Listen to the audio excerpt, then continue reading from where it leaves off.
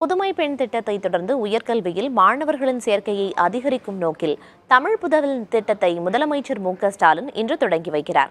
இத்திட்டம் யார் யாருக்கு பொருந்தும், அதற்கான வழிகாட்டு நெறிமுறைகள் என்ன என்பது குறித்து விவரிக்கிறது இந்த செய்தி தொகுப்பு. உயர்கல்வியில் பெண்களின் சேர்க்கையை அதிகரிக்கும் நோக்கத்துடன் கடந்த ஆண்டு அறிமுகப்படுத்தப்பட்ட மூவலூர் ராமாமிர்தம் அம்மையார் புதுமை பெண் திட்டத்தின் மூலமாக மாதந்தோறும் 3 லட்சம் மாணவிகளுக்கு 1000 ரூபாய் வழங்கப்பட்டு வருகிறது. இந்த திட்டத்தை மாணவர்களுக்கும் விரிவாக்கம் செய்யும் வகையில் கடந்த நிதிநிலை அறிக்கையில் அறிவிக்கப்பட்ட தமிழ் புதல்வன் என்ற திட்டத்தை முதலமைச்சர் மு.க.ஸ்டாலின் இன்று தொடக்கி வைக்கிறார். அரசு பள்ளி மாணவர்களின் உயர்கல்வி சேர்க்கையை உயர்த்த தமிழ் புதல்வன் திட்டம் வரும் நிதியாண்டிலிருந்து செயல்படுத்தப்படுகிறது.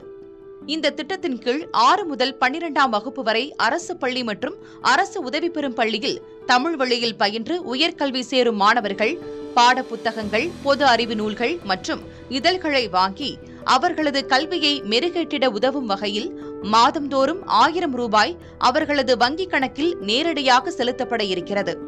இதன் மூலமாக இளைஞர்களின் ஆற்றலை ஆக்கப்பூர்வமாக பயன்படுத்தி நாட்டின் எதிர்கால தூண்களாக திகழ்வதற்கு வழிவகை செய்வதாக தமிழ்நாடு அரசு தெரிவிக்கிறது. இந்த புதிய திட்டத்தின் மூலமாக சுமார் 3 லட்சம் கல்லூரி மாணவர்கள் பயனடைய உள்ளனர். புதுமை பெண் திட்டத்துக்கும் தமிழ் புதல்வன் திட்டத்துக்கும் இடையேயான ஒற்றுமை என்னவென்று பார்க்கலாம். புதுமை பெண் திட்டத்தில் தற்போதைய நிலவரப்படி 3,28,159 மாணவிகள் பயனாளிகளாக உள்ளனர். அவர்களுக்கு மாதந்தோறும் 1000 ரூபாய் நேரடியாக அவர்களது வங்கிக் கணக்கில் செலுத்தப்படுகிறது. புதுமை பெண் திட்டத்தினுடைய எண்ணிக்கையை அடிப்படையாக கொண்டு தமிழ் புதல்வன் திட்டத்திற்கும் 3,28,000 மாணவர்களுக்கு மாதந்தோறும் 1000 ரூபாய் அளிக்கப்பட இருக்கிறது. இத்திட்டத்திற்காக தற்போது 393 கோடி ரூபாய் ஒதுக்கப்பட்டுள்ளது. மேலும் 7 கோடி ரூபாய் வரை நிர்வாக செலவினங்களை சேர்த்து தற்போது 401 கோடி ரூபாயை தமிழ்நாடு அரசு ஒதுக்கியுள்ளது. சமூக நலத்துறை சார்பில் செயல்படுத்தப்பட உள்ள இந்த திட்டத்தின் மூலமாக தமிழ்நாட்டின் உயர்கல்வி சேர்க்கையில் மொத்த மாணவ மாணவியருடைய சேர்க்கை விகிதம் உயரும் என்று தமிழ்நாடு அரசு தெரிவிக்கிறது. தமிழ் புதல்வன் திட்டத்திற்கான வழிகாட்டு நெறிமுறைகளும் வெளியிடப்பட்டுள்ளன. அதன்படி திட்டத்தில் பயன்பெற ஆன்லைன் மூலமாக அல்லது அவர்கள் சேரும் கல்லூரி வாயிலாகவும் விண்ணப்பிக்கலாம். விண்ணப்பங்கள் சமூக நலத்துறையால் பரிசீலிக்கப்பட்டு மாணவர்கள் இந்த திட்டத்தில் இணைக்கப்படுவார்கள்.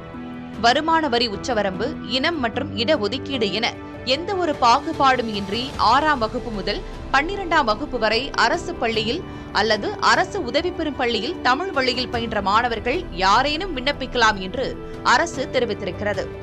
கலை அறிவியல் கல்லூரியில் பயிலும் மாணவர்களுக்கு 3 வருடமும், பொறியியல் மாணவர்களுக்கு 4 வருடமும், மருத்துவ மாணவர்களுக்கு 5 வருடமும் மாதந்தோறும் 1000 ரூபாய் தமிழ் புதல்வன் திட்டத்தின் மூலமாக வழங்கப்பட இருக்கிறது.